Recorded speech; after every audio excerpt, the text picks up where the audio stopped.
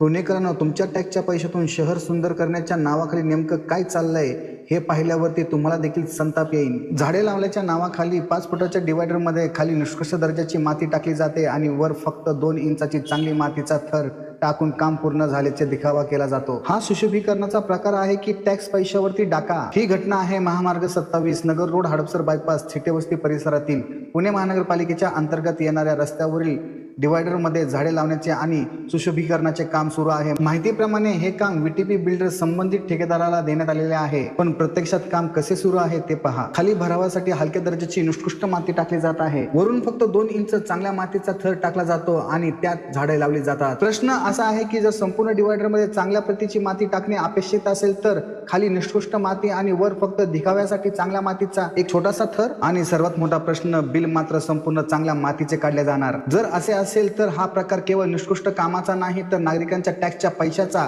अपव्यय आणि संभाव्य भ्रष्टाचाराचा गंभीर मुद्दा आहे। पुणे महानगरपालिकेचे अधिकारी नेमकं काय पाहतात? काम सुरू असताना पाहणी कोण करतं? मातीची गुणवत्ता तपासली जाते का? ठेकेदाराने कोणत्या दर्जाची माती टाकली याचा पंचनामा, फोटो, मोजमाप, पुस्तक, बिल तपासणी हे सगळं खरंच होतं का? कारण प्रत्यक्षात जे दृश्यामध्ये दिसत आहे ते खूपच भयानक आणि गंभीर आहे। खाली निष्कृष्ट माती, वर 2 इंच चांगली माती आणि त्यावरती झाडे लावून सुशोभीकरणाचा बोर्ड लावून पुणेकरांना काय मूर्ख समजलं जात आहे का? ही झाडं उद्या वाळून गेली, मरून गेली तर पुन्हा तेच कामासाठी दुसरे बिल, पुन्हा टेंडर, पुन्हा खर्च, पुन्हा ठेकेदार आणि पुन्हा पुणेकरांच्या टॅक्सचा पैसा वाया। फक्त इतकेच नाही तर ही माती चालू रस्त्याच्या मधोमध गाडीमधून खाली टाकली जात आहे। रस्त्यावरती वाहतूक सुरू असताना कामगार काम करत आहे। जर एखादी गाडी वेगाने आली, चालकाचं नियंत्रण सुटलं तर कामगाराचा जीव देखील जाऊ शकतो, नागरिकांचा जीव देखील जाऊ शकतो। अपघात झाला तर जबाबदार कोण? पुणे महानगरपालिकेचे अधिकारी की ठेकेदार की व्हीटीपी बिल्डर? का नेहमीप्रमाणे चौकशी सुरू आहे असे सांगून फाईल बंद केली जाणार? रस्त्यावरती काम करत असताना योग्य barricading, safety board, reflector, traffic marshal, कामगारांचे सेफ्टी जॅकेट, हेल्मेट,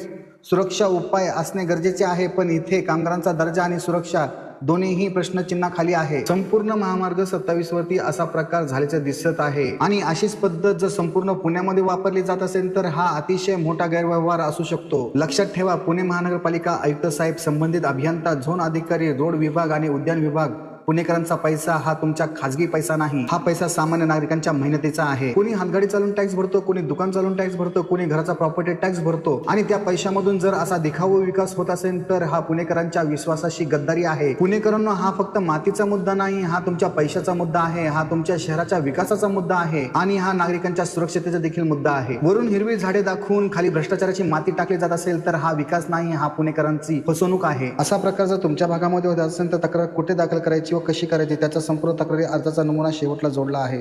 धन्यवाद।